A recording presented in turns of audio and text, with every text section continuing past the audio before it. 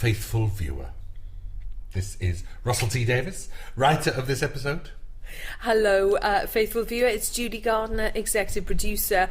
Feeling excited to be seeing this episode, Russell, and doing this commentary. Yes. But also episode 60 of our Doctor Who journey. It is the end. The end of time for us. Episode. We are old news. In fact, it's already transmitted. So this is like a little echo of a dying thing.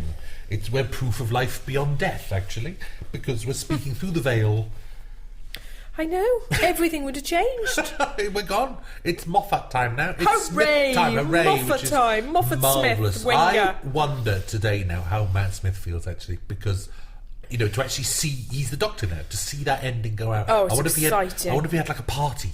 And I hope he did. I hope he did. I hope, yes, deserved to, sir.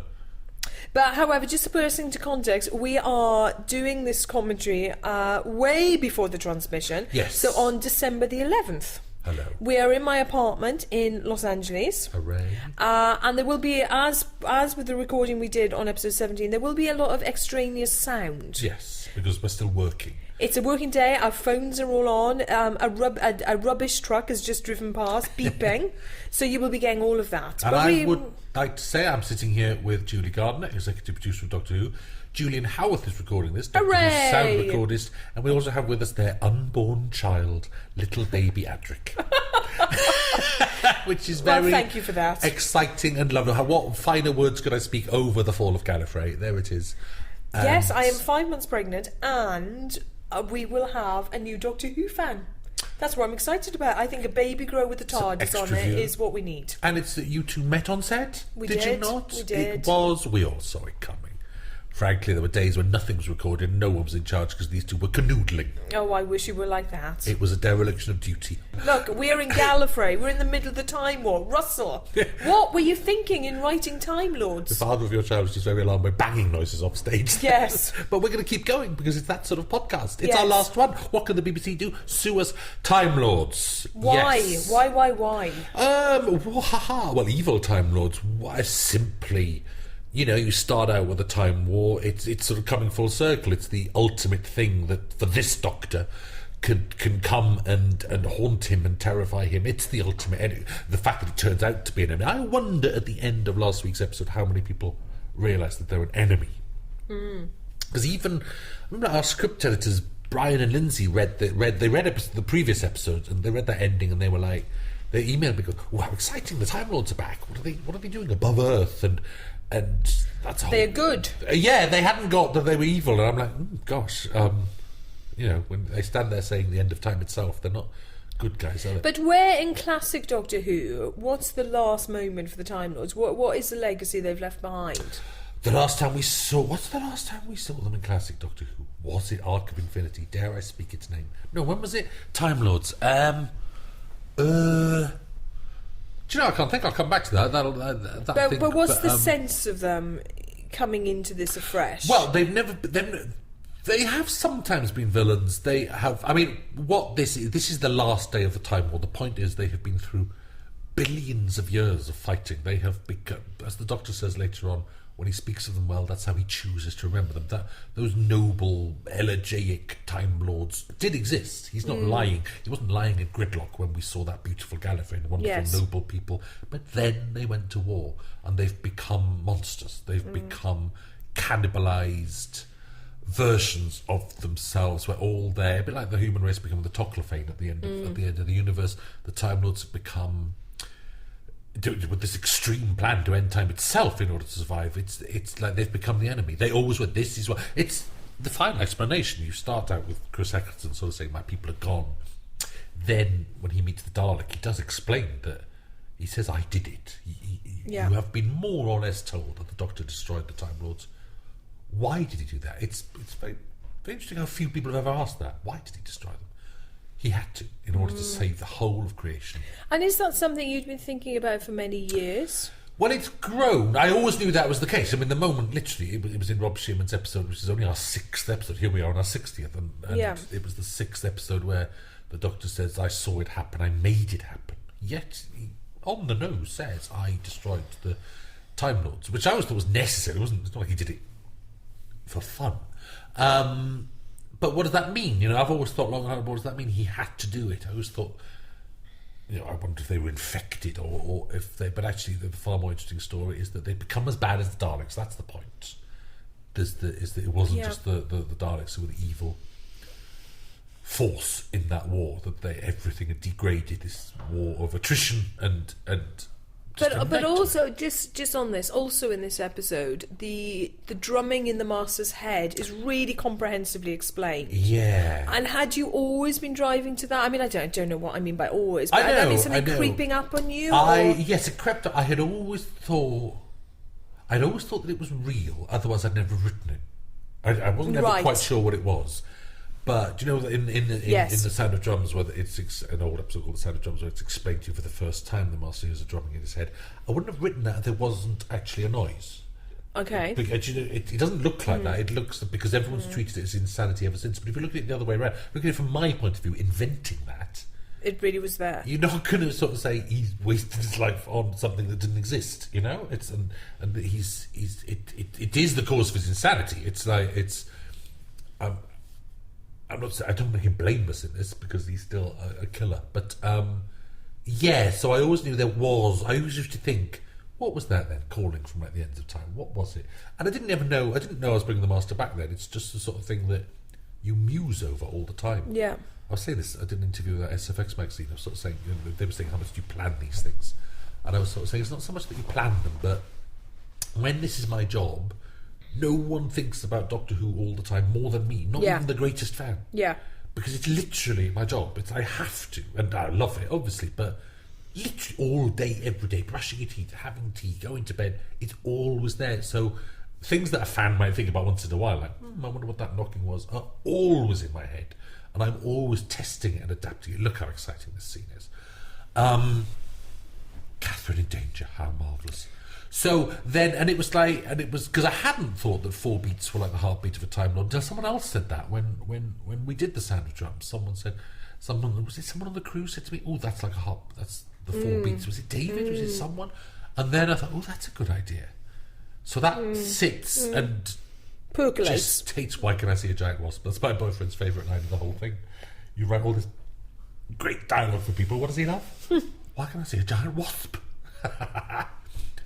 Percolate. So it percolated, yes. Good old Donna protects herself. And I love that the last image is the Doctor that she sees. Yeah, she sees the Doctor, and that's what triggers it. And I like to think in the Moffat years, should Earth ever be invaded, that in Chiswick, you hear a slam of Donna Noble hitting the floor. She'll just faint every time an alien invasion comes along. Aww. She will collapse to the floor, and Wilf and Sylvia will just hurry her indoors. Bless Donna Noble. I love the thought of that.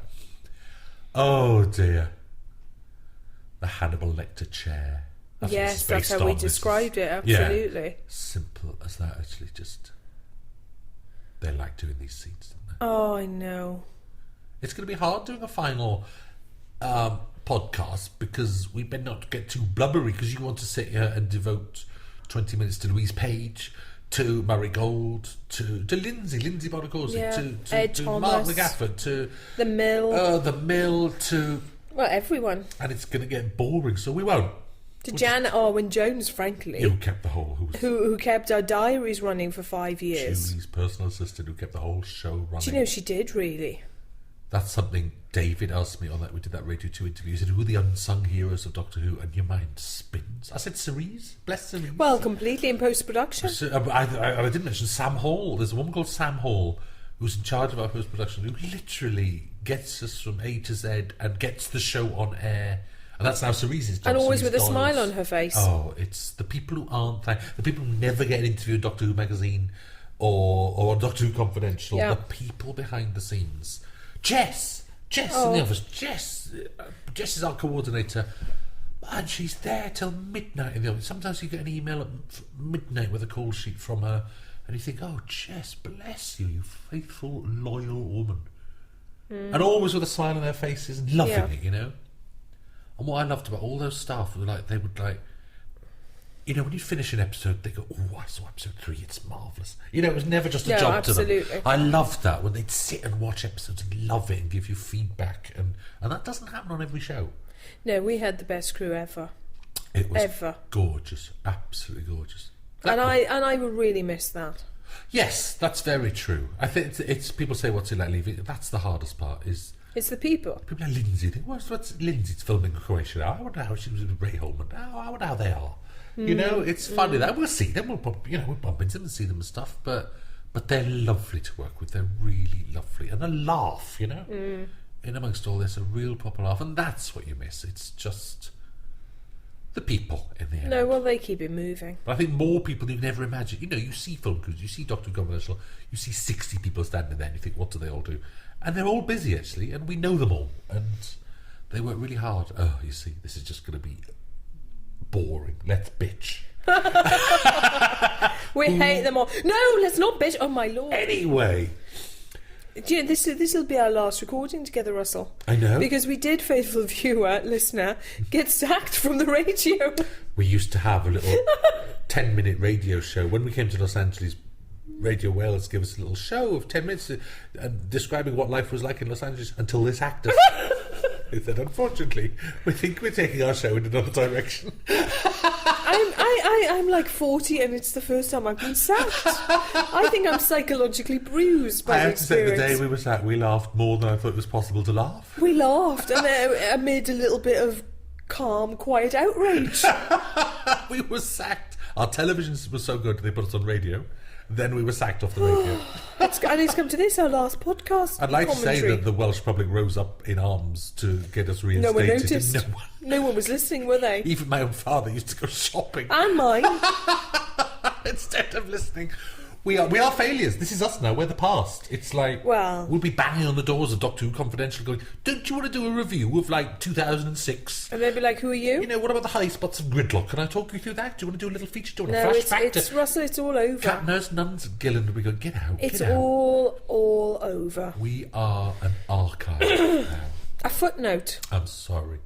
But this, coming back, if you listen to your episode 17 podcast, this is where the guards and the vices finally pay off. But coming back to the plot now, okay. Because if you missed the last podcast, then the guards wear visors because in a sequence cut from the script, when wearing visors, they could see the Master in skeletal form, and we couldn't afford those effect shots, so that bit was cut.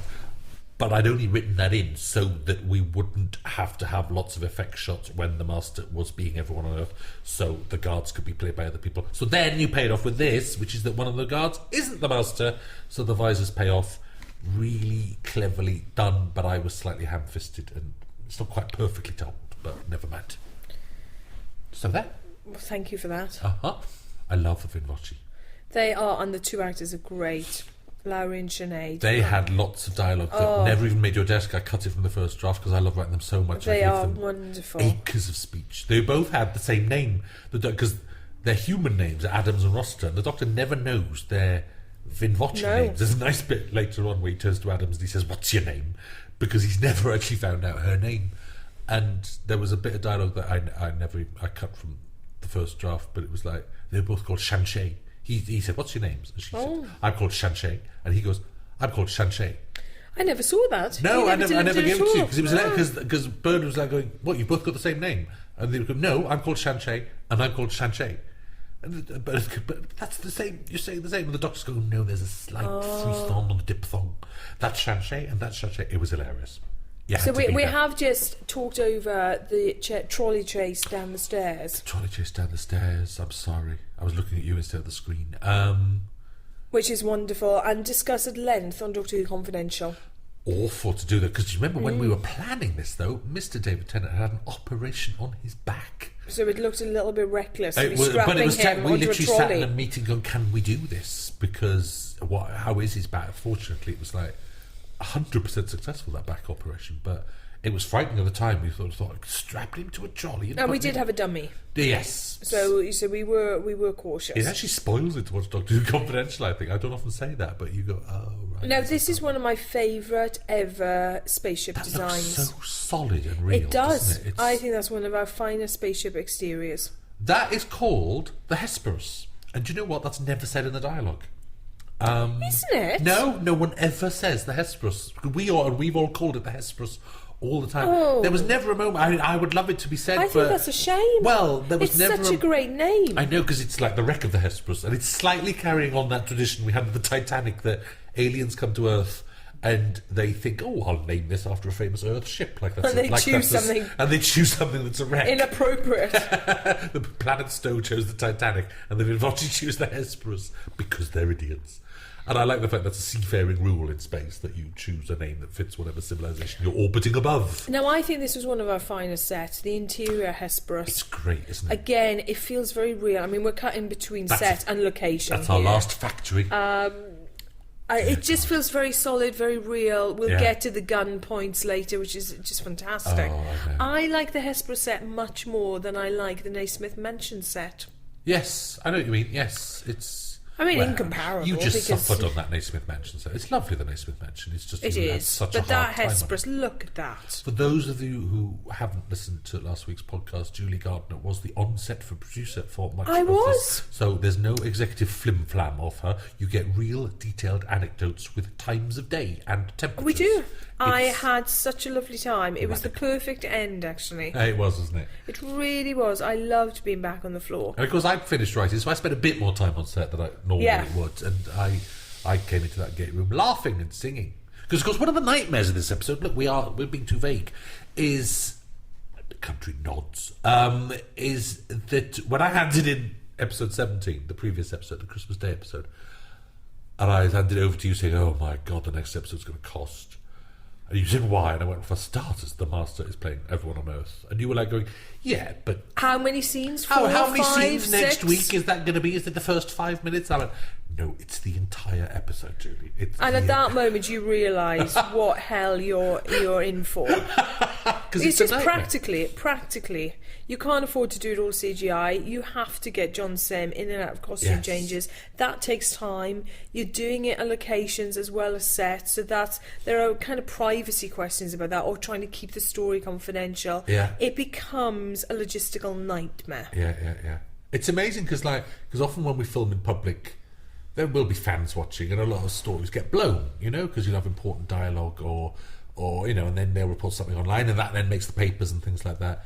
And remarkably, at the end of the previous episode, we did that scene in London where the Master is everyone on that housing estate, and he appears on all those balconies and walkways as himself, and not one person saw us filming that. It was because there were people there actually, because there were people walking past. It was very, very open and public. There wasn't a single fan. I think everyone was just bewildered. Well, all they saw was John Sim waving on a balcony. Yeah, so there was nothing really to kind of understand. How lovely is Bernard there? At least a little bit of sensational. Dr. Flimflam. He's quite camp there, do you actually. know, Bernard does camp extraordinarily well. He's oh, blimey. Yes. Look at that. Look at that. I want a little model Hesperus. I'd like one. I think it's gorgeous. Oh. It takes big leaps, this story. It's like... it's an unusual passage of time in it. We go through a whole night. We go through the end of Christmas Day. This is now Christmas night, and we're going to Boxing Day, and then it's daylight. So not many stories do that. I can't remember why it was so vital now. If I sat down and thought about it, I'd have a very good reason for that. Partly because I know, do you know why? It all stems from the Queen's speech. Once you decide to have the Queen's speech... it defines your at timeline. At 3 o'clock, it means you're very close to sunset. Yes. So I love this section all around the world. Yeah. Julie also directed the Chinese army. Did you not? I did direct the Chinese army, and at this point, aren't you going to be critical? Because didn't we get the time of day wrong? No, they changed it. They changed it, didn't they? That's right. I got it right. I want this stated for the record. Because it was like, when it's... and it was driving me mad as well. It's Britain. It's... what was it? 12 hours ahead in China? I can't remember. But I had it all worked out. And then the Mill went and gave it a different time of day. They put all those China scenes in daytime. And I was tearing my hair out. No, look at these Time Lords. They've never looked so good in reality, have they? The chairs, the table, that projection. The brilliant thing is, because we were running out of money, it's like you get... and this is the same old economics that classic Doctor Who had with its lack of budget, which is that you get those first 4 opening shots of Gallifrey, which are huge and marvellous. Now, they're sitting in a black curtain studio in HTV Wales. Yes. It's like, this is actually as cheap as chips. Yes. This bit. But you have those opening 4 shots, and 4 is a lot, to afford those 4. A lot of people... Well, we could only do that as a Christmas special. Yes.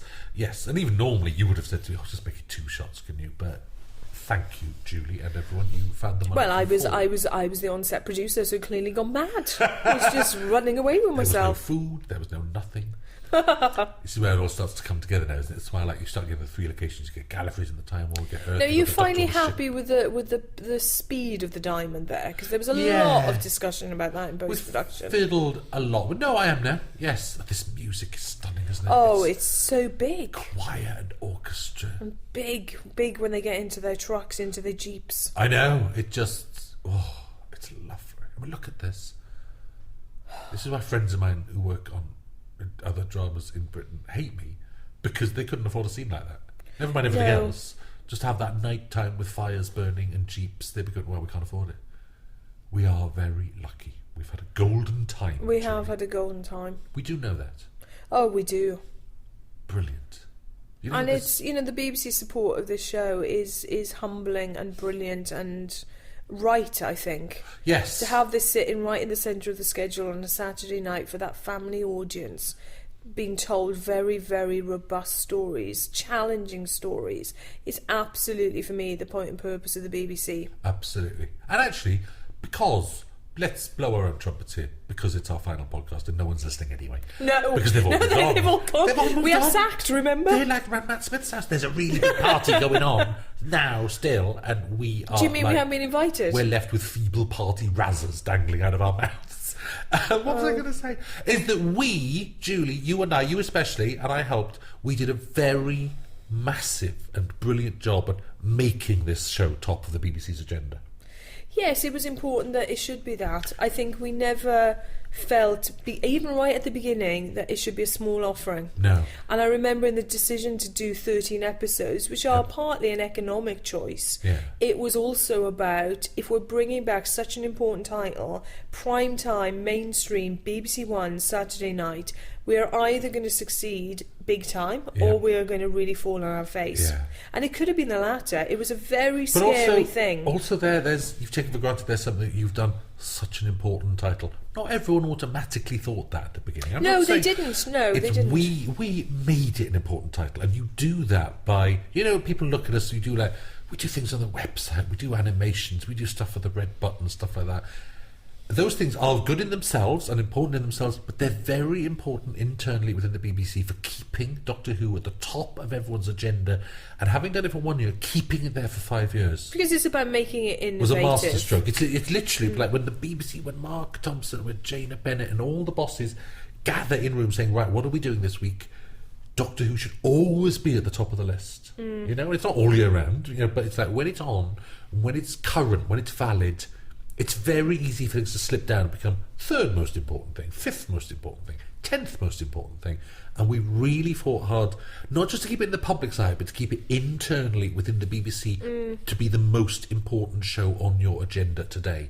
And I don't really know where that came from. I don't really know where that came from. I mean, a lot was from Jane Tranter. Oh, yeah, who was so instrumental in bringing the title back. But it was like, we never discussed that in that way that you've just described it. But it just kind of evolved and happened. But it was instinctive because, frankly, we're quite savvy. Yes. That's the truth. That's what we're being modest about not saying here, was that instinctively we knew that. We were right. We were... And also, it does come... I'm making it sound like just marketing bluster. It comes from a genuine pride in the show that I want everyone in the BBC to be talking about it all the time. Genuinely. Because I think it's that good. And now we've got this scene. We can't talk about BBC nonsense. Oh, the performances here are absolutely extraordinary. I mean, it's true to say crew were crying while the scene was being filmed. Did they? Yeah, No they did. way. I think the end of it is so profoundly I bet Non moving. was off. Oh, Non, bless Non, our continuity supervisor. One of them is Unsung hero. Oh, completely, and so plugged into the script Wow. that she was incredibly moved by this I scene. bet. Doctor Who magazine should do a page called Unsung Heroes. That's a good idea. Every month talk to these people. They're probably rolling their eyes now. Listen to this. Tom Spilsby's going, oh. But frankly, we've gone, Julie. Yeah, that's right. I could what sit are we here and talking say, about? juggle knives, and no one's going to listen to me. Well, no one's returning my calls. Are you no. Who said that? I'm sorry. Look, Bernard is just so magnificent, and David is just the best actor. I think this is really one of my favourite scenes from the entire last 60 episodes. Yeah. And I think it's really about, you're very disciplined in the writing of the scene. It's very simple. Yes. Or it gives the sense of being very simple. After a lot of pyrotechnics, it's a very calm, quiet, truthful scene. I remember walking down my street in Manchester 18 months ago, thinking of that line. I think you look like giants.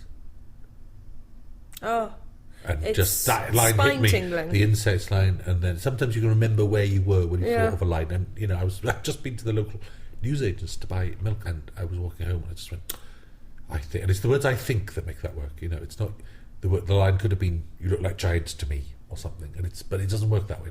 It's more I think reflective. you look like giants. Yeah, it's more personal. It's more of a fact somehow. It's Anyway, good stuff. The stuff about Palestine is from Bernard. That was all. I phoned him up and sort of before I'd written this, I wanted something real about Wilf, and and I thought if I do a bit of research myself, it's going to sound rubbish. Like, I remember when I was with the lads in the army. So I phoned up Bernard and I said, well, tell me about being in the paratroopers, and that was him. He was in Palestine at the Mandate of Palestine, and literally was, I'm sure he said, I've forgotten this bit, I'm sure he said he was in a blizzard, literally a blizzard of snow. Right. In Palestine.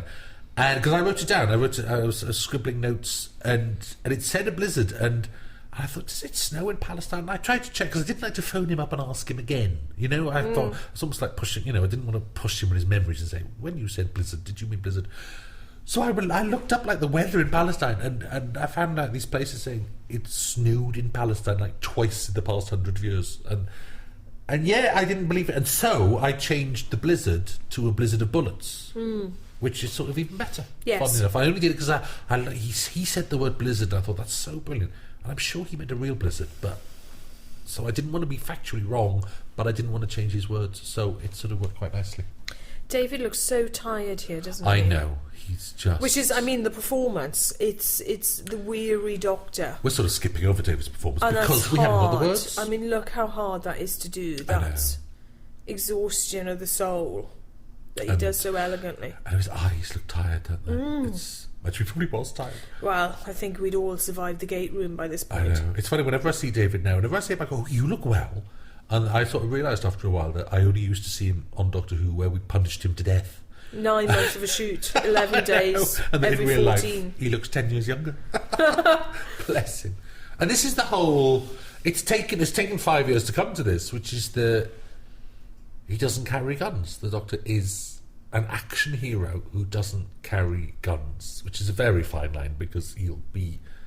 the complications of that. It's not as easy as it sounds. He'll be in a position where he'll blow up people, and he'll never directly actually personally one-on-one hold the trigger or pull the trigger, and that is one of the things I'm most proud of in 60 episodes of this, is that for a action-adventure show full of death and destruction, there's very little violence. Yes. I don't think he's ever punched anyone, has he, David? He's only been punched once. I think that was in the Idiot's Lantern by that guard. It's like, because when you don't have guns, normally you fill in with fist fights. Yes. But and it's very hard to do because they're all fighting each other all the time. So you have to write action sequences that aren't. You don't have to. You can do it any way you like. But I think it's Doctor Who's unique. So property. here's a big shift in the episode now. We're really cranking up for the finale, aren't Oh we? my word. It's the Time Lords. They're back. The White Point Star. I'm glad the Doctor knows the jewellery of Gallifrey so very well. Obviously they have diamond They're classes. bling. In the Time Lord Academy they have bling classes. Yes. He's picked up the gun. We can't laugh through this bit. That is great where he picks that up. Yes. It's all kicking off now. There's the booths. We can now talk about the booths at last because you must have seen. It's because I think people will see that coming. I think science fiction fans who are very clever and very literate will see all that business with the booths in the last episode. I think and say so. That's going to be very the four set up. knocks. It's going to be, and they'll probably guess it's Wilf. It's like, which is fine. It's fine if you get. My sisters wouldn't guess that in a million years. But it's what we've discovered over the years is that science fiction fans are so literate. You could. if you film on location and the Doctor is holding a lemon, then they will, a science fiction fan will see online a photo of the Doctor holding a lemon and will say, in certain situations, if a lemon is stimulated with a strip of zinc, it can become a battery. And they've guessed the whole plot. Yeah. You sit there going, how did you guess that from a lemon? There hasn't actually been an episode with a lemon. So this is where our Hesperus set really comes into its own. Yeah. And though the design for the guns was absolutely inspired. It's the hub. Yes. It's we now build everything in the old Torchwood hub.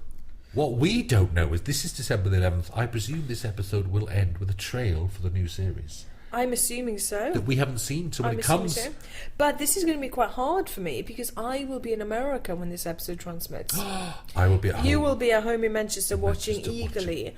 I will have to get onto the net to download that trail. But won't we see the trail before transmission to sign off? Because this is still technically ours. To sign off. Do we not? No, wow. I don't think we should. Oh, so I'll see it live on New Year's Day. I think you should see it live. I'm going round to that party at Matt Smith's house. I think it's the handing over of the key to the office. Because we had a party at your house. We did. For when David first appeared at the end of Parting the Ways. Not a party, it was like 10 of us. Damien Timmer was there. And yes. He'd be delighted to be mentioned on a Damien podcast. Timmer was there. Damien Timmer is a top TV producer who has knitted Daleks for us. I'm just leaving it at that, really. And they're absolutely brilliant. He is a great Doctor Who fan. We've got knitted Daleks on our desks from Damien. That's how much he loves Doctor Who. I love my knitted Dalek. I can actually see yours from here, bizarrely. Off goes the Hesperus now. I wish I'd called it the Hesperus. I made a big mistake there. The whole episode's ruined. So here's the doors, hooray! Look how chunky they are. Because the one thing I'd always wanted to do was a dogfight. I never did a dogfight. Like a Star Wars dogfight. Planet of the Dead was going to have a lot of dogfights. Did you remember before the bus took over and then we put the bus on a desert planet? And that started out in its conception as a Star Wars dogfight. So in my last episode, I wonder how far we'll get because we're trying to keep this out of the trails.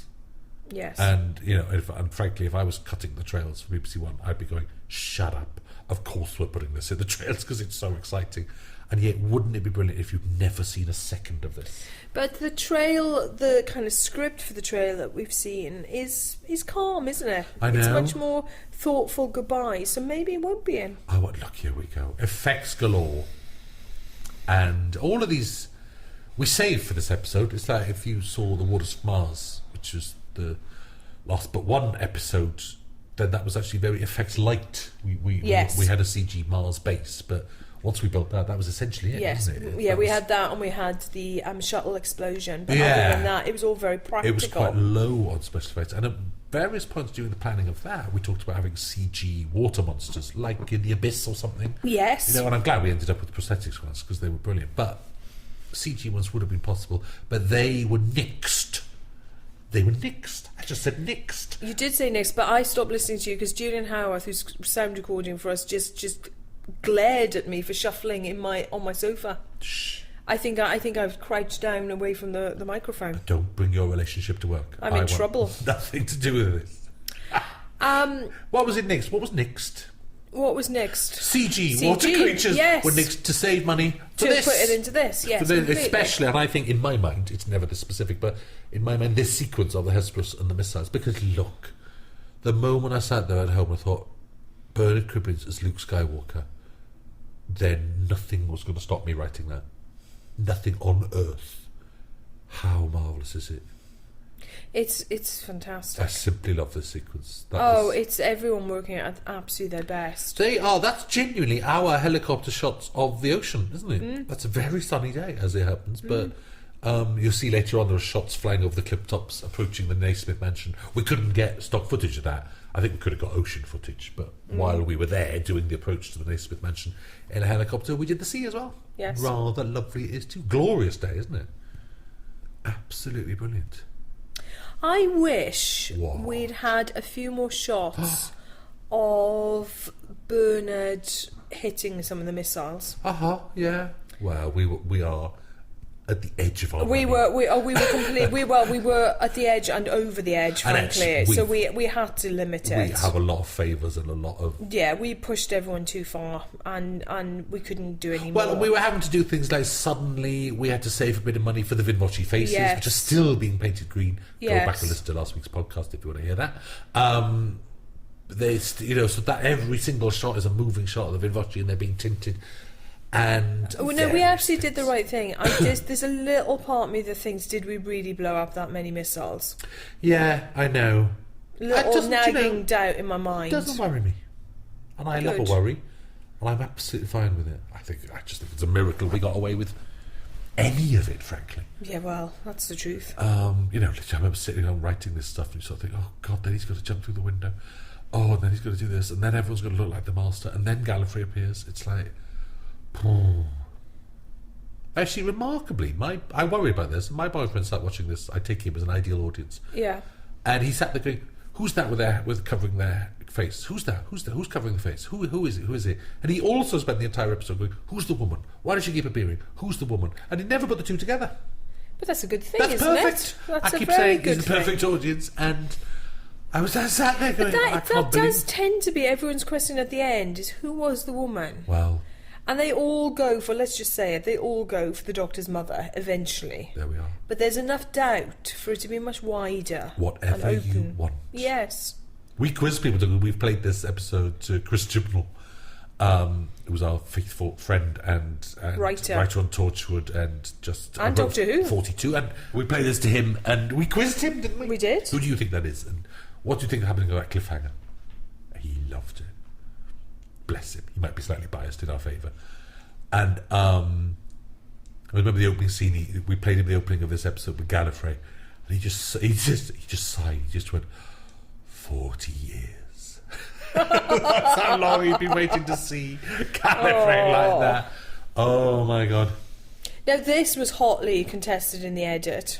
And in CGI terms, wasn't it? Yes, it's really because the angles of the shot, the angle of the ship, and how the Doctor's and how high. Yeah, it's fine now, but we had to cut it down. Took a lot. There was a much longer sequence of the Doctor running to that hatch and lifting it and positioning and himself of the fall, and jumping. where with the fall, it looked a bit like he was skydiving. Oh look, he's hurt. Oh, Doctor. I mean, just on a practical note, the scheduling of the scenes in this great room set were obviously very precise because we had to paint that end white. This is why it's all painted white. Yeah, it's huge. You see, I thought when I said white void behind them, I thought that would be a white curtain. It would be laughing, and of course, as Ed, our designer, pointed out, it's like that's impossible to light. Yeah. So actually what you've got behind them is a very big white room. Really big. It really goes very far back in order... Painted to an inch of its Otherwise life. they would just be silhouettes or they'd just be very, very flat. So that set, you'll never quite see how enormous it is, that set. Do you see it on Confidential? A little bit, but I don't think you still fully get how white and far back that drops, the perspective. Brilliantly then, when we had a wrap party, not paid for by the licence fee, that white room became the bar. We had our party we did. On this gate room set, so that was the disco there in the middle where David is, and there were tables and chairs. That little stage behind John is where we made all the speeches, and the white area was the bar. So because the walls and floor were white, it was like a really cool, trendy bar, wasn't it? It was like being cool, trendy people who use words like cool and trendy. God help us! I'm sorry. But it was brilliant, wasn't it? It was looked great really place. Lovely. But you just can't see on this how big a space it is. It's enormous. And so finally, the human race comes back. Thank you. Not on scene 5, but what scene number would this be? 112 or something? What a nightmare. What a nightmare. I am long suffering. That there we was go. Our greatest problem, was it? Off they all go, wibbly wobbly. We didn't even talk about the masks, the John Sim masks. No, we had some of those for deep background, but they didn't really work. Yeah. Unfortunately. We tried. I think you get a glimpse of them on Confidential. Yes. We wondered whether to make latex. Well, we did make latex masks of John Sim's face, which is quite unnerving because they look very much like him. Oh, they were really spooky. But you could only really use them deep in the background. No, it's quite hard, story-wise, to write out Naismith, isn't it? Yes, poor David Harewood doesn't get the best send-off here. He comes And back he's a to human. fantastic actor. Oh, what a nice man as well. Oh, brilliant man. And obviously a character who's vital to the plot.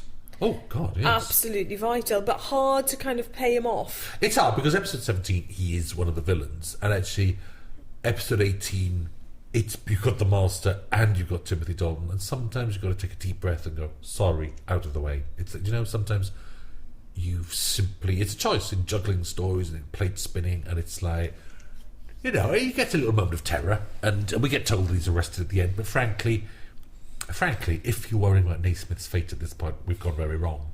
Yeah, exactly. I know it's absolutely true. And sometimes you've got to take a deep breath and go tough. And there's a lot of discussion here about Gallifrey and how big it should be in the frame and how close. Gallifrey over Chiswick. Gallifrey upon Chiswick. Chiswick does not have an easy time. That's my address. Can you believe? I don't think you've ever been to Chiswick, Russell. Oh, never. I wouldn't know it if I have been to Chiswick. When? My friend Jill lives in Chiswick. Oh, there we are. It's all Jill's fault. There. Now, for me in this sequence, the worry, which I think we've got right, was the camera shake. Yes. Because we had to have the camera shake going on for the sense of danger in Gallifrey. But once you get into the heavy dialogue scene in the gate room, you want to lose it. Well, the script, once you get to the gun, the script says that the shake stops. It was part of your problem was that unusually you normally do all this shaking in post-production. Eros, bless him, did it in camera, so the camera is actually shaking. Yes. So we didn't have any opportunities. Can't actually control. Do you know, it's this man's fault the Doctor generates, the man we never know, not Wilf's. That man there, you go on, run out the room, you coward. You killed the Doctor. You. We will never know. I'm going to give him a name. His name is Trevor Adamson. Okay? It's all his fault. The Doctor dies because of Trevor Adamson. Now, can I ask, Adamson. the Doctor Yes. says to Wilf when he's going into the booth, don't. Yeah. He just Why? wants him out. He's just... Well, he knows if Wilf goes into that booth, he's trapped. He doesn't know it's about to go into Overload and trap him. The Doctor thinks they're all about to die. They're going to smash into Gallifrey and blah, but he just wants Wilf out. You see, of there. the bit of fate that torments me is when Wilf heroically tells the Hesperus to touch down and let him out because he would not leave that man to die. Yes. And every time we get to that speech, I'm thinking, why didn't they just fly off? Because it would all have been okay. I know. He'd have got away with it. And yet, that's the very thing that the Doctor fights for, is for brave men like Wilf to be selfless. And that's the effect that the Doctor has on people.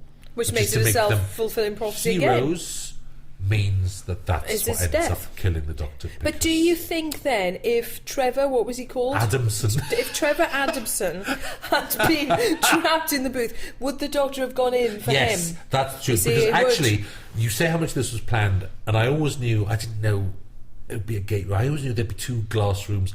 And originally, the original plan that I thought would be for a complete stranger to be in a glass room. And that's the point, that everyone counts. And the Doctor would still have saved him. Yeah. Not even knowing. He didn't. It was written in my head. It was just like a year ago. It was like he didn't even know his name. And he says, "What's your name? Who are you?" He does all that raging stuff he does later on. But with a complete stranger, which would have been a brilliant scene. The moment I then sort of realised it could be Bernard then. Trevor out the way. But there was a nice justice to that of giving only the Doctor would give his life for a complete stranger. So actually, it's still Trevor's fault. Now I'm actually going to put my headphones back on for this bit because I've been watching without the sound. So have I. And I need to hear this music cue and I need to hear this dialogue. And I think when the Master steps in front of David, one of the finest music cues we've ever done. Hoots Mon, absolutely. I can hardly hear in my headphones. Oh, there it is. Because this is what a climax. It's the Doctor with a gun, and the Doctor who never carries a gun, never. And suddenly he has to shoot. How does he shoot? Who does he? And look at everyone. 3 Time Lords in a row. And we spent a lot of time here getting the sound mix right, the gun clicks. Do you remember how cross I got? Poor Eros, I came on set and the computer containing the diamond in front of which the Master is standing in front of was off to the side. Do you remember? Yes, I do. And everyone was going to... And this was before they'd staged this scene, but I was like, it means this scene would have to be on a diagonal. It means Timothy Dalton would have to moved over to screen right, and the Doctor would be in the middle, and the Master would be off to the side. And I was like, it's a straight line, not a diagonal. And I stand there thinking how I must drive directors mad. I was but right. so much better. And actually, the worry was over something very small and technical, which is to put it on the line that Russell wanted, and that is right, meant the computer was in front of the exit, so in front of the steps and the exit door, which meant extras running out in that earlier scene would have had to run round it. Which they do. And which is a small thing. Yeah, but you can see before you how shot you get trapped in the logic of it. That feels like a worry, because actually, yes, you're right, you wouldn't put a computer containing that all-important diamond in front of the steps like that, but it doesn't matter. It's the doctor's mother. Oh, really? Is it? I think don't it know. is. Julie? It is. There we go. I am of one mind. Oh, look. She's crying. I mean, they look like each other, don't they? I think you've gone mad. Don't you and think look, her so? eyes are flicking. She's telling him what to do. She's like, that little eye gesture is like, over there. That's what it means. And is he going to shoot the master? Is he going to shoot the master through the head? Is he going to do that? If the doctor becomes a killer, then what does he be? Oh, no, my lord. Bomb. Brilliant. Do you know, I can see the collective ranks. I know Doctor Who fans, they will so hate this, because they'll be going, do you mean he just shoots one diamond and the whole story's over? Look at me worry. Like that's the point. But it's not about that. I it's know. It's about the master getting up and sacrificing himself. We're not even giving it space. And both Time Lords say, I don't normally like that signature dialogue of like, they both say get out the way, but actually it sort of works here, doesn't it? Oh, it does. It's normally a bit schematic. Oh, look, even she and his can't mother's look. going to die. Even she doesn't know what's going to happen. If Rassilon just hurried up a bit, he could have killed him. Oh, that cue is brilliant, isn't it? And this was added at the very last moment in ADR, that as the master shoots him, he goes 1, 2, 3, 4. That wasn't in the script. Do you remember? Yes. And So there used to be a wow. stage direction, which we did argue about, which is he used to turn back the master and look at the doctor. Yes. And it would have been hammy. I think that's right. But I did want a goodbye. I wanted a goodbye between the master and the doctor. A final acknowledgement. Ham on cheese. I am ham on cheese. You were a ham on cheese buffet. I am definitely not an Edam. Your I am a boyfriend full nodded. fat camembert. Julian nodded then. She's ham on cheese. But you know, it's like, I'm sorry, faithful you. This is what I have to put up with. Can't the master turn back and give one last look to the doctor? No, he can't. Oh, I am still hankering for the look. You single-handedly found the money to pay for that last. Oh, we had to have shot. this. That is an extra effect shot that wasn't Absolutely in had the to script, have that. and it's brilliant. It's like, Now this how is do we talk over this scene? Well, I'm going to take my headphones off because if I listen to it. This moment is perfect. It's the music's perfect. I think the way David delivers that I'm still alive, all the hope and surprise, and then the timing of that pathetic little tap. I'm not even listening, and I could cry. Oh my god! And that tap from Bernard. We tried all kinds of different versions. It was like an ADR tap, but wasn't that's it? And we went back to the original. Tap on the glass is perfect enough. Oh, I can't bear it. I'm putting my headphones back on so I can hear it. Can't listen to this. You'll just cry and oh. No, I'm going in. I think in that moment that it's like, look, we can talk about how marvellous. Oh, look about it. We can talk about how brilliant David is, but that moment earlier, 30 seconds earlier, where he hears the tap. And you see in his face, because he knows before he's even looked round, and he turns round and he knows. And we argued a lot about this scene. We did argue because publicly everyone thinks we just get on the whole time, which we do, but we do disagree about things as well. No, we don't. And this, yes, we do. And this, you were worried about the music here. We all worry. I would have taken the music out. I do like it now. Don't worry. Thank God. Because I thought there was an argument to say how raw and beautiful it is. It's such brilliant music, though. And I do think the moment when David steps forward to the booth seconds before he opens it and the music swells is my favourite music. It's one of the most extraordinary things. History. I just think it's stunning. You hated the noise of the booth was making. I did. Which is vital. I know we've got to tell the story, but it was just annoying. Well, hand on heart, we were stuck with the line of dialogue. I've actually got Wilf saying this thing's making a hell of a noise, which with hindsight I might have cut. Although it needs a noise because you need to know it's dangerous. Yes. Otherwise, it's that crackling and fizzing that says. But on those first mixes, we had so much of it. How much? Because I wasn't here for this, and it's what happens, Julie. It's like for rehearsals, the set gets clear of big scenes, like every scene, but a big scene like this. all the 60 people you see standing around get cleared away. Yes, they do. What happens? Well, for the rehearsal, it will obviously be the actors, and it will be the director, A. Ross Lynn. And you? Non-continuity, myself, and it will be, in this case, Pete Bennett, who is the first AD. Of course. Because he needs to see it in order to brief the crew coming on about specific things and camera positions, etc.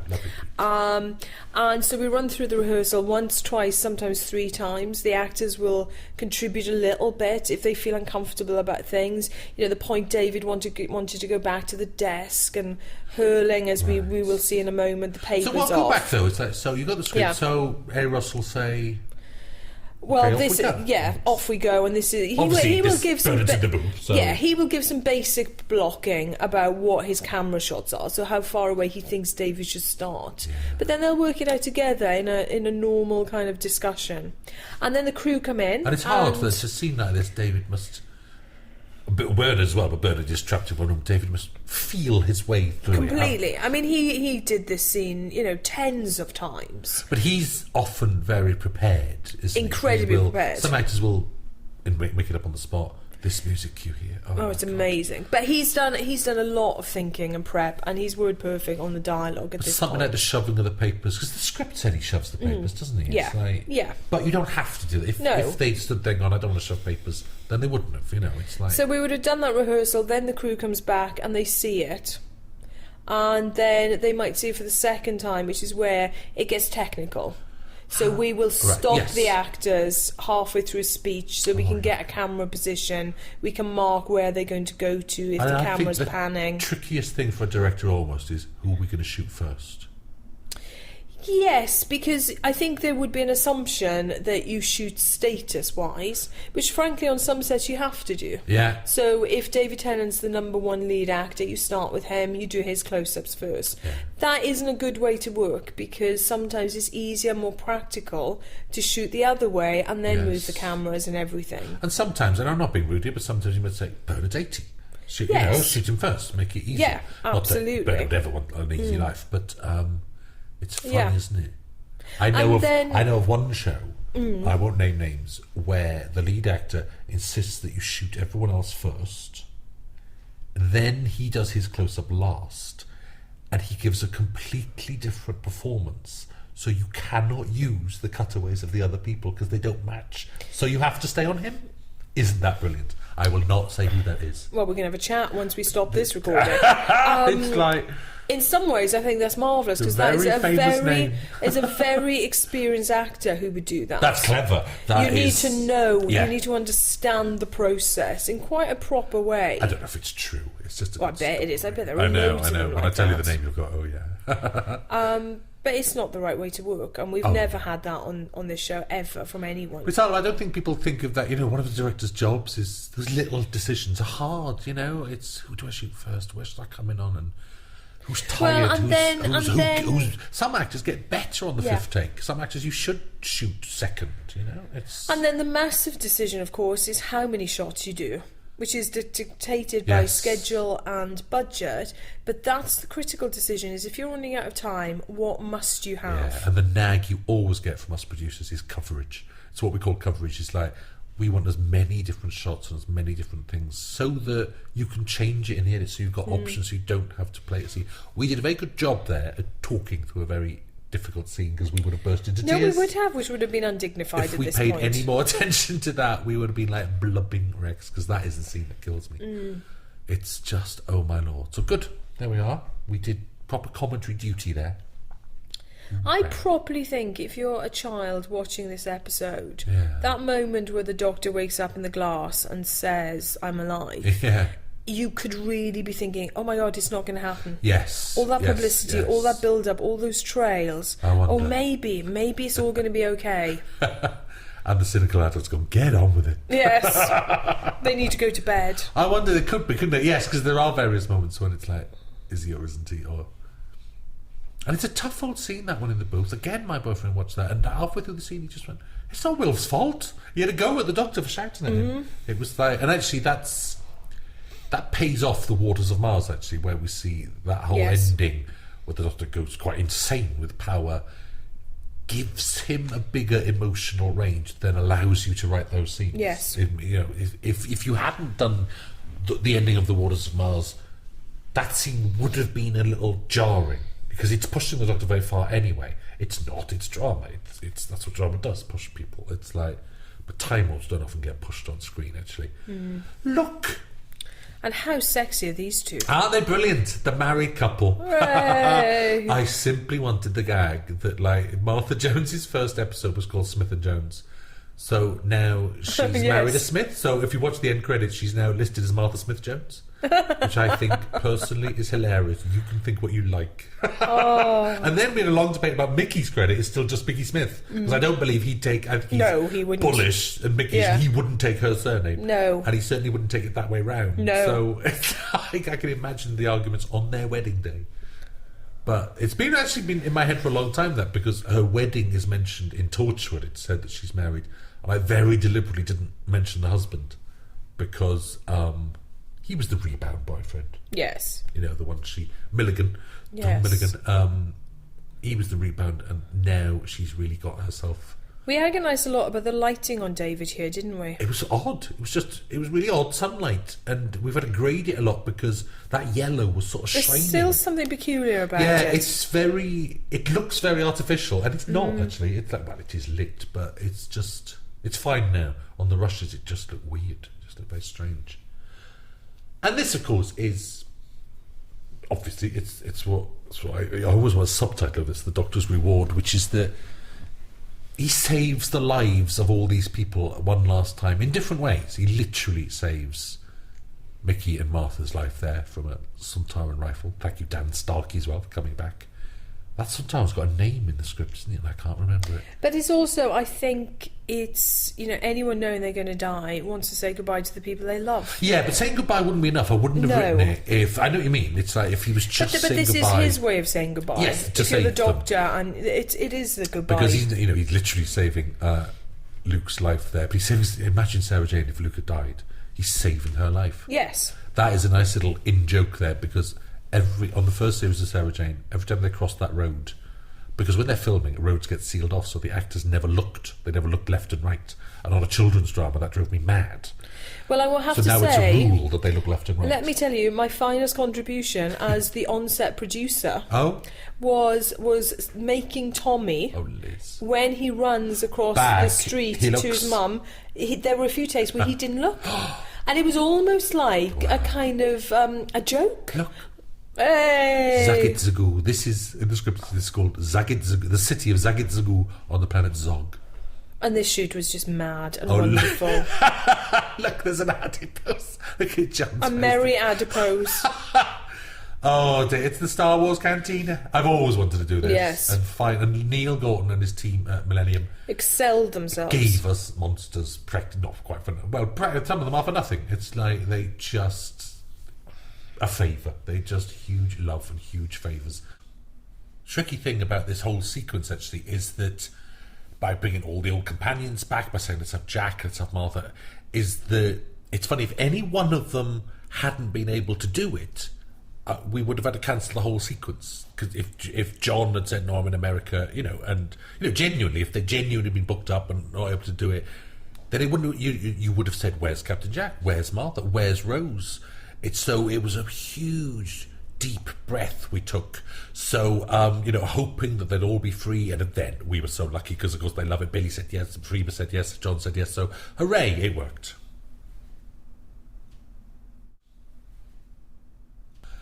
And lovely Russell Tovey. Just to come back for Coming this. Back. Look at him. Busy actor, being human lead, and lovely to have him back. And again, that is saving Jack's life. Jack, if you saw the events of Children of Earth, as terrible and found a moment of happiness here. Found a moment of happiness. There might just be a moment, but now the big shocker on this scene was in our very first edit. This scene was not included. No, Eros left this out, and there's you can argue the technicalities. Why? I can see why, because everyone else is the Doctor's companion, and this is just one woman he met in one story, and Eros actually left this out of the first edit. We didn't notice. We loved it. We just went, oh, it's all marvellous. And he went, oh, you didn't miss that scene. And we went, oh, We were horrified. And as soon as we saw it in, I'm so glad we put it was a back. miracle. And actually, when we watched this with Chris Chibnall, this out of the blue, and we've seen this 20 times, and suddenly I watched it. I think we had a different response every time we watched it. And suddenly, this scene made me sad more than any other scene. Oh, completely. And Jessica Suddenly. Hines is exceptional. Look at her face. She was off to Broadway with the Northern Conquest, and so Well, this was the very first scene we shot. it was the first It was thing like we a shot. pre-shoot on a Sunday. It's like we hadn't even officially started filming. A pre-shoot is when you just grab everything and do it unofficially, as it were, on a Sunday. Because look, how long has it taken for Donna Noble to be married? I love that. It's like, do you think we started with the Runaway Bride? That is so long ago. When was that? 2007. Oh, it was, yes. And that was 2010. She finally gets married. I love that. I love it. And look at her. We turned up this day. It's a rare day we turned up together on location. Yes, we did. In your Mini. Did we? Yes. Did we really? It was quite a grey day. It's a shame. The weather's a shame, actually. Yeah, they were all in that big I car don't park think behind I went the to church. this. Didn't you go by yourself? No, we didn't go to the church. Oh, that's right. We went to no, the unit that's base. right. Went to Unibase. We did. And it was, it was a nice Yeah, that's atmosphere. right. Everyone was rather jolly, actually. They were sort of loving this. And June's back. Looking amazing, I know, we should say. That is a lovely little outfit, isn't it? And again, I'm glad we're not listening to this. We have taken our headphones off because this last scene kills me as well. And Jacqueline King's reaction. She is just... To the I know. news We always of talk going about Bernard back and to... we don't give Jax enough She's credit. extraordinary in this moment. Isn't it funny? She got cast in The Runaway Bride with 6 lines, and I remember she walked into the read-through, though she was lovely, those 6 lines, and she came to the read-through and she was really funny and good And company. alive. Yes, and I sort of thought, oh, you're a laugh. I really liked her. Which you don't always, No. she really sort of, she grabbed your eye as she came in, and she was charming and really delighted to be in Doctor Who. And so, when we realised Catherine would come back, I was so excited that we get Jax back. And of course, part of the tragedy was that lovely Howard Atfield playing Jeffrey Donna's Noble. father sadly passed away and wasn't able to come back, which led to us casting Bernard as the grandfather. But here's a little Here's nod, the reaction. a little, I know. Is that fantastic? The way her hand goes up. I know, and it's a very big thing for an actor to do, actually. And of course, that's paying off. That there's a final little nod to Jeffrey Noble there, and lovely Howard Atfield in the new year. And of course, it's Donna becoming A multi-millionaire? multi-millionaire. I suspect Donna Noble would not be good with money. Oh no, I completely disagree. Oh, I think she'd be a huge laugh, but she'd be I mad with think money. she's a different one. I think she'll do good works with it. It's like... Yeah, she'd do that as well. We cut lines from that cafe scene in episode 17 that says she's working for charities now. Do you remember? Oh, yes, we did. So you actually got a sense that she's not just being a temp anymore. We shouldn't have cut that, you see. It's like... Now, this shot I really dislike, I'm afraid. You do, don't you? Because the gravestone The gets in the way. gravestones are in the way. I wanted a clear line of sight between them. I think you're mad. I know you think do. it's This, I wanted to pick that I know up, what you mean. and it was just impossible on the schedule to pick it up. It's just, I want to see him walking think away in full profile. Dying and he's surrounded by gravestones, and I think, look at No. who cares? Look at Bernard's face.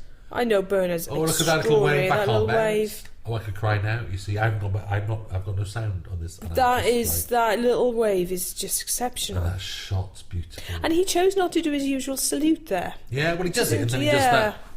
Some more. Look, and now here we are. Well, we where it began. all began. Exactly. And I have to say, this is where you are the most marvellous producer in the world, because we had to go all the way to London for this and then cover a place with snow, which is a big hassle. Oh, and this was the maddest shoot. Do you know, I love this shoot. I know, It but was there were raining. moments in the planning and the budgeting of this where I sat down and went, look, we don't actually have to be on the old No, we had to have this. Powell estate. They could, we could shoot it in a Cardiff street. No, And it was the best location. It was vital to I go know, back but full circle. You were literally, you wouldn't even entertain. No, my I was movement not. My foot was down. at all, and it does pay off. It's lovely. It so does. And it was one of my favourite nights of the shoot. Everyone was really jolly, if exhausted. Billy was so Night happy. shoot, we had a lot to get in. We had a pickup to do for the Waters of Mars. So Graham Harper was coming out. Yeah, Billy had her baby and was filming The Secret Diary of a Call she Girl. was exhausted and was, look at her. You can would never stand- see look it. at her. Marvellous. It's the biggest megawatt smile she's ever given us in the scene. It's like she knows what she's doing. But nothing would have stopped her coming to do it. No. And it was raining, it was cold, and the snow in the rain was a nightmare, and we had to keep, obviously, topping up the snow so there weren't footprints. And then in the middle of it, a very angry resident walking her dog insisted on marching through the set Quite twice. right too, residents. Absolutely. Was not going to stick to the allotted paths. You BBC types. That's right. She put us in our place. It was mad. And we have graded down David like mad there because he is standing in the shadows, and it always worried me that you know when the Ninth Doctor regenerates to the 10th rose tile, it never goes, "Oh, you're that man," but like you wouldn't remember some old drunk you spoke to. Yeah. But we've really added the shadows to that scene so that And here he is going home to die, is how I always think about this. You know, he's got to get inside to die. that long walk to the TARDIS. Huge debate about if the TARDIS should be there. Oh, I loved it. No, Yeah. the script always said it's there. Yes, no, but on the night there was anxiety because in theory Rose and Jackie would have walked past it. Oh, right, yes. And so would they have noticed I've it? got to So say, there I was wasn't a expecting lot of a to see it discussion. in their shot. No. Yes, but it doesn't matter for a No, second. but in theory they would have, because they come in from one direction. Yeah, they'd have gone, oh, what's that box? But they're too busy talking about shoes. Yes. And look. I'm going to try to put my headphones back on because this This music cue is just a killer. It's utterly beautiful. Oh, listen, here we go. My headphone's not working. I've been Shall I sing it to you? sabotaged. Shall I sing it? It's very, very good, Julie. Anyway, I have heard the it a few point times is, before. at the end, what I like about it is that because it's very unusual for the Doctor to regenerate on his own. Here's the additional shot that we referred to in episode 17. That was when this was all written, and then right in the last minute, I sort of said, "Oh my God, when Ood Sigma appears, we could cut to the other Ood." So you just grabbed these shots. I don't think anyone else even knew what he was filming. You grabbed them to put into this sequence because the snow, it all links together. But the point is that the Doctor. Firstly, I love the fact that actually, when he comes to regenerate, that the monsters are there. That's his most faithful companion. It's a universe full of monsters. But in the end, we are the ones watching him, and we are his most faithful companions, actually. And he does change alone, but we are being Rose, or being Sarah Jane Smith, or being whoever is there normally. And I like that. I think it was a big decision, that, but right in the end. Yes, I think so. And blimey, we milk it. Quite right, too. Was this funny day? Was I here for this? I came later on. Was this a weird day?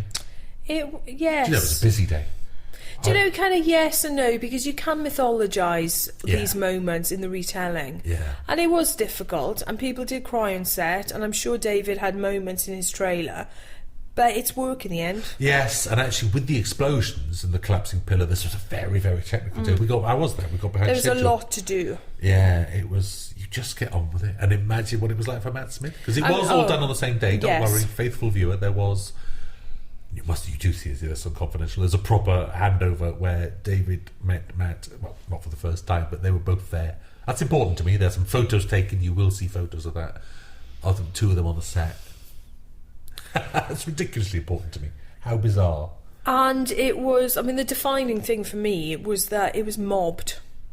Every single member of the crew, the office staff. That's what was difficult. Yes. Everyone was there. Confidential. I was there. I'm not normally there. Well, Timothy Dalton had arrived. He'd just flown in from America. He was due to film the following day, and he came to watch. Very hard. It was a very full set. Just on a day when you want to say, can everyone be alone? And we did actually they did strip that away. And literally, we then got replaced. And Piers Wenger and Stephen Moffat came in, and they did the Matt Smith. I hung around for a bit. But then I felt like a spare part. No, I left. I felt a bit rude because I didn't even say goodbye or anything. But I thought, I'm just not needed. No, because they were rehearsing Matt's bit, and I stood and watched him on the TARDIS, and it was lovely seeing Matt. He's such an extraordinary man, He's a lovely nice man, isn't he? He's lovely, and such a good actor. All of these hot sparks in the background are added in. That's the mill. I mean, the foreground explosions are real, but those molten sparks are the mill being wonderful. And Yes, and that foreground piece of TARDIS that breaks away was on a spring, so we kept going back up so we could do more takes. And hooray! What on earth is going on as a new Doctor? Oh, how Bless his heart. It's so exciting, and he bursts in with so much energy and youth and when excitement. I met him this day, he was wearing David's suits, and all I could do was stare at the suits. I know. Like, he's lovely. It's so lovely, and this Geronimo moment, I just adore. What a great last line. I just think that Stephen delivered this. Because, this is written by Stephen as well. Yes, we should have put that in the credits. Last line by Stephen Moffat. But so exciting. Listen, the 10th Doctor says, I don't want to go.